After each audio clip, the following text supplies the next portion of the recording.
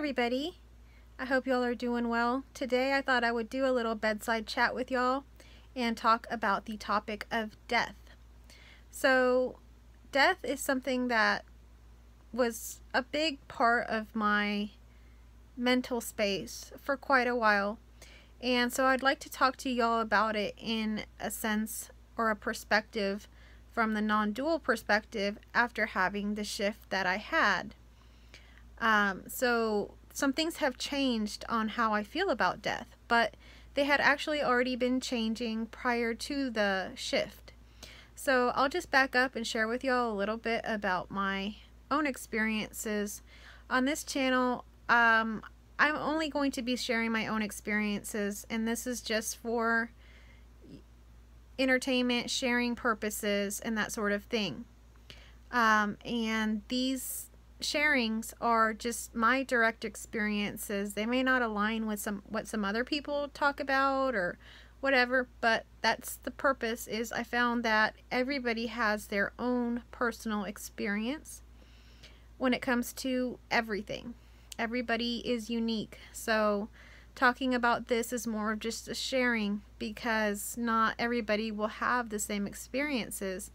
I don't think there are two people out there that have the two same experiences. There might be some similarities and we can perceive maybe patterns or something like that, but essentially everything is just happening and arising in that moment, separate from everything else. It's just everything is its own new moment. So there is no real correlation, cause and effect, or anything like that. That is something that the mind and the human experience perceives, which is what I'll be discussing with death, because it is what I've perceived and I've, experienced it in this sort of pattern, I guess you could say. So prior to the shift, in my early life, I didn't really think a lot about death because I never really came close to death, as a child or even a young teenager. I didn't really come that close to death. My first experience with coming close to death was a car accident I had. So the car accident I had was the first car accident that I had ever had. And that car accident, the car was totaled, and the front end, I hit another vehicle with my front end, and the windshield shattered, and it was just a very messy car accident. My best friend was in the vehicle with me, and it was very scary. So I can remember we were both screaming, and when we got out of the vehicle, we had glass on us, and I don't remember, but I think we did have some cuts and things, but overall we were actually okay, but it was very scary. After that incident, my fear of death developed. So I was very fearful to ever drive again. So for about 2 years, I didn't really drive anywhere new, and I didn't drive on freeways. I pretty much only drove on 2 or 3 main roads and to the same places for that time. And you could say I was experiencing a sort of anxiety or panic or something like that, because the thought of it would put me in a panic. But essentially, it wasn't so much the fear of being in the car driving, it was the fear of dying. So to me, at that point, after having that accident, I associated driving with the possibility of dying. So my fear of death arose in the sense that I now perceive death coming from certain activities, such as driving. So that happened, and that fear also died. It died in a couple years. I had to drive to go to university, and I had to take the freeway to get there, or I wouldn't be going there. So with the help of some family, I began driving on the freeway again, practicing until I felt comfortable. And then that fear of dying actually began dying itself. So now I had not a fear of dying, but I had a will to live, a will to do other things. So sometimes these kind of things will rise and then they'll go away. So that's what happened, and I began driving to university, and I began driving everywhere else, and slowly but surely I was just driving everywhere, to where eventually my career actually took me to jobs that I had to drive to other cities and just all over the place pretty much. So I had overcome that fear, or that fear had died, right? So then the next thing that appeared was later on in my life, I developed some health conditions, one of which elevated my blood pressure very high to like stroke levels, and I was in and out of the hospital every time it happened, to where I didn't really want to go to the hospital anymore when it did happen, but I could see the numbers were very high, my blood pressure readings. And I knew what the consequences could be based on, what the doctors had explained to me when I would go to the hospital and things like that. So I knew that I was going to have a stroke, or I could die, or have a heart attack. So all of that was in my mind. And then I developed a fear of death, thinking that I would have this stroke, thinking that I would have a heart attack, and then not wanting to go to the hospital anymore, kind of just surrendering to it. It didn't really help a whole lot. I actually then developed that fear of death, and I was terrified to die. So I would restrict my diet. I wouldn't go certain places. So that anxiety arose again, sort of like it did with the car accident. So the anxiety arose to instill fear in me, to stop me from doing a lot of different things that are considered living. So I wouldn't go out to eat at restaurants that serve food that, may have had a lot of sodium in it, which most restaurants and fast food places do. And I would stay away from stressful situations, stressful areas, even just like shopping at Walmart, things like that. I would stop doing because I didn't want it to aggravate my medical condition and lead to death. So really my fear was to die. My fear of death changed when I had a near-death experience. So I was in one of those situations where my blood pressure was extremely high. I wasn't feeling well at all, but I wasn't wanting to go to the hospital. So I laid down, but I really did feel like I was dying. And, come to find out, I did have a near-death experience, and I've talked about it in previous videos. But yeah, it was a complete and total different feeling, the near-death experience. It wasn't scary at all. When I was actually dying and I was in this white light going, I felt love, I felt peace, I felt something I hadn't felt for so long, because I had been in that suffering and that fear of death. So it was a complete and total,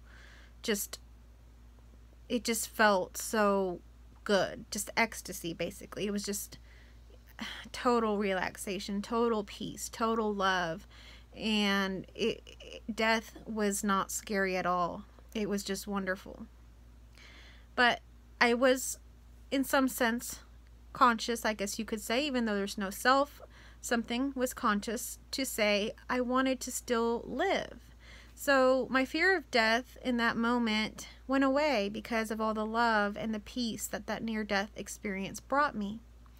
And then my will to live and the fear of death went away. So that fear of death actually died in that moment. And now I wanted to live.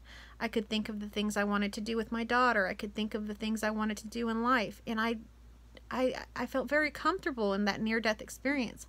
But I kept saying, I want to go back. I need to take care of my daughter. I need to be there. And so I was sucked back out.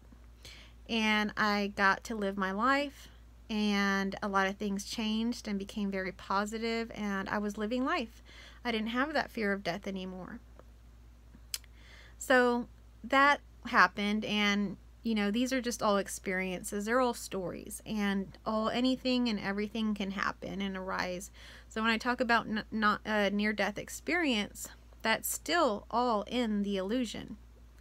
And like I say, I've talked about that before. Maybe you can look at that video if you are interested in near-death experience. So anyhow, at that point, I hadn't had the non-dual experience. I had just had this near-death experience.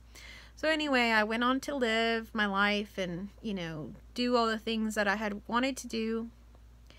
And later I had that twin flame experience, which is part of this channel, and I tag twin flame a lot because for me, my story, and we all have a story, twin flame was what brought me to non-duality. I don't hear it talked about much, but it is explained in the twin flame experience. But that's how I came to finding non-duality, or having this experience, which is actually nothing, because what is here and now in this moment is all there is. There is no non-dual experience. There is no anything. It's just what is happening here. Non-dual experience is nothing, but for the parent person having this experience as a human expression, it is felt like something is happening, and that happened that I met someone, and then something was shown to me, which was already what it was, which is really hard to communicate. But what I saw was literally what is now, what is here, what is me talking to you, what is this hair, what is, you know, everything and anything that can happen. So when that happened, prior to it happening, my twin flame died. So that was the first really bad grieving situation I had been in, where I had been crying. You know, I had family members and things die before, but it wasn't something that made me go into this sort of deep depression that I got into with my twin flame passing away. So when my twin flame passed away, you could say I went into a depression, and I really didn't want to live anymore. So I didn't have the fear of death anymore, but I had like a yearning for death, not knowing what death was, thinking death was what would take me to be with my twin flame, thinking death is what would take away the pain, thinking death would be what would take away my suffering. But it didn't happen that way. I was suffering in that moment and wanting to die, and I actually did die. I had an experience where I realized that there is no one in this body. There is no self. And there was no one in my twin flame's body. There is no one in any of the bodies. And in that moment, I died. You could say I died. So I realized that everything that I had ever done, everything that I ever will do, everything that I'm currently doing in the moment is all there is, and it's all happening at once. It's always been this way, and no one is doing it. No one is doing it. It's all happening, but no one's doing it. No one's in these bodies. No one really does anything. So after that, a lot of things fell away. When someone actually dies, in the sense that we believe death to be like, you know, somebody passes away and their body is gone and they get buried and, you know, all of that. In that moment, we could say that person here on earth is no more. There is no more beliefs. That person cannot talk anymore. That person cannot do anything further in this life, you know, depending on what you believe. But typically when a person dies, that's it. And that's pretty much how it was for me too, because as soon as I saw that there was no one there, all of these beliefs, all of these ideas, all of these dogmas, all of these stresses, all of these negative self-talk, all of these goals and aspirations, all of these things, they all died in that moment. There was no more. I have no goals. I have no, not in the sense I had them before. I have no beliefs. I have no anything. I can't even say non-duality is a belief. That in itself is changing every day. Every day, everything is new. Every moment, everything is new. There's nothing that is concrete, that is there always. Everything is always changing and arising and new and fresh and a different experience. There is nothing that lives on. Everything constantly is arising and dying, arising and dying.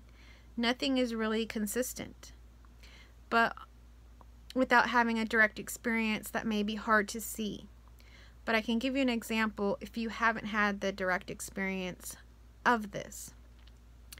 So, just in general, on a daily basis, I can be at home and I can be taking care of my family, cooking, cleaning, doing whatever needs to be done, and that's the arising in that moment. I'm at home. I'm being a caretaker. I'm being mom. I'm being my wife. I'm being whatever it is, and that's what's happening. I'm folding laundry. I'm doing dishes. Whatever it is, that's what's happening in that moment.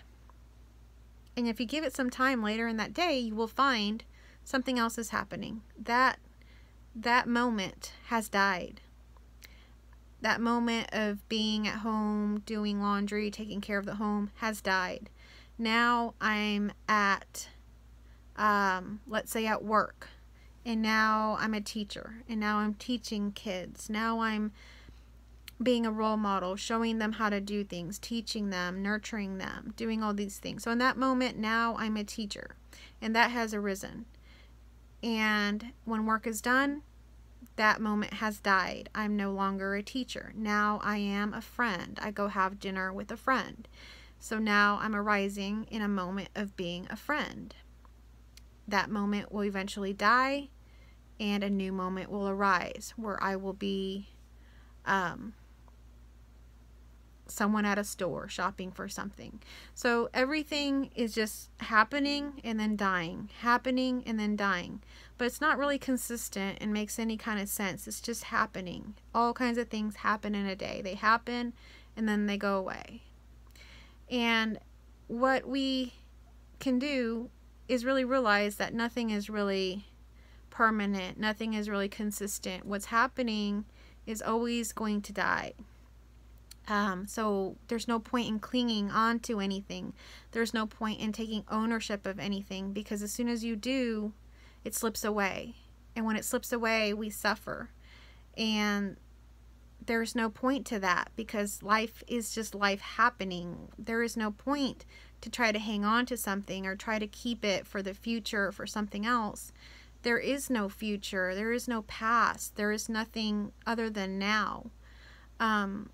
If you think about it, like animals and any other species, they don't think of the future, or they don't think of what's going to happen here or there. They think in the moment.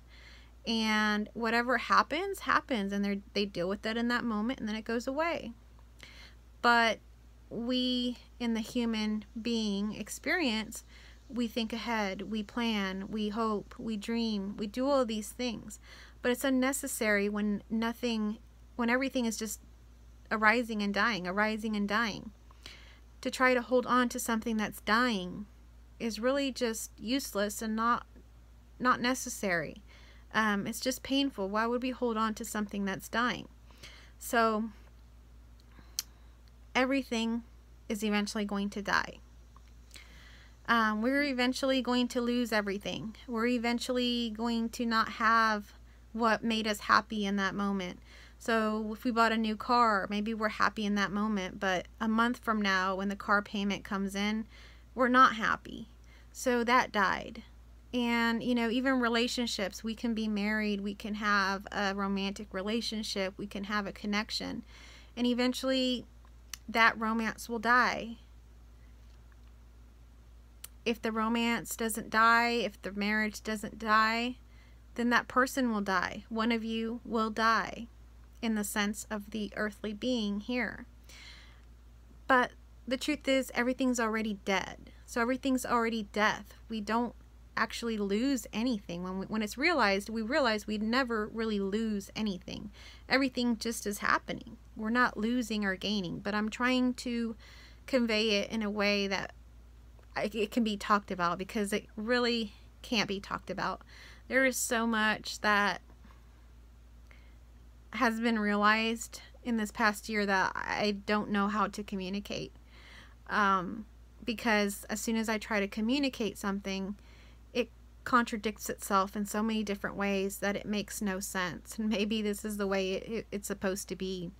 So all of these things that we try to cling to, like our children, that they are ours, that, you know, we don't want anything to happen to them. We don't want them to get hurt. We don't want them to anything happen. We don't want them to leave us, to go to another country, or maybe marry someone and never talk to. We don't want to lose anything, so we're constantly trying to hang on. But the truth is that eventually we will lose everything and anything. Everything's always changing, and it's changing from life and death, life and death, life and death. But life and death are one. They're the same thing. Life and death are the same thing. So we actually never lose or gain anything. We actually are not even anything, and nothing is happening. So it's this crazy game that most of us are in. But when it's realized, you realize it doesn't matter what happens and doesn't happen. It just is all happening when it happens. And in that moment, you feel it. In that moment, you may be very happy about something, and that happiness is experienced. Or you may be very, very angry over something, and you may even throw something at somebody or just get very angry. And that's it too. The idea of something being always perfect is not it. Life is not perfect. Everything arises and happens however it wants to. Whether that's being extremely angry or extremely loving, they're both the same. So there's no judgment there. There's nothing to cling to. There's nothing to judge. Everything just happens exactly as it wants to happen, as it's happening, as it will happen, as it's always going to be. So we can go with it, or we can resist it and suffer. So that is what I wanted to share with y'all. Basically, life and death are the same, and they're already here and now.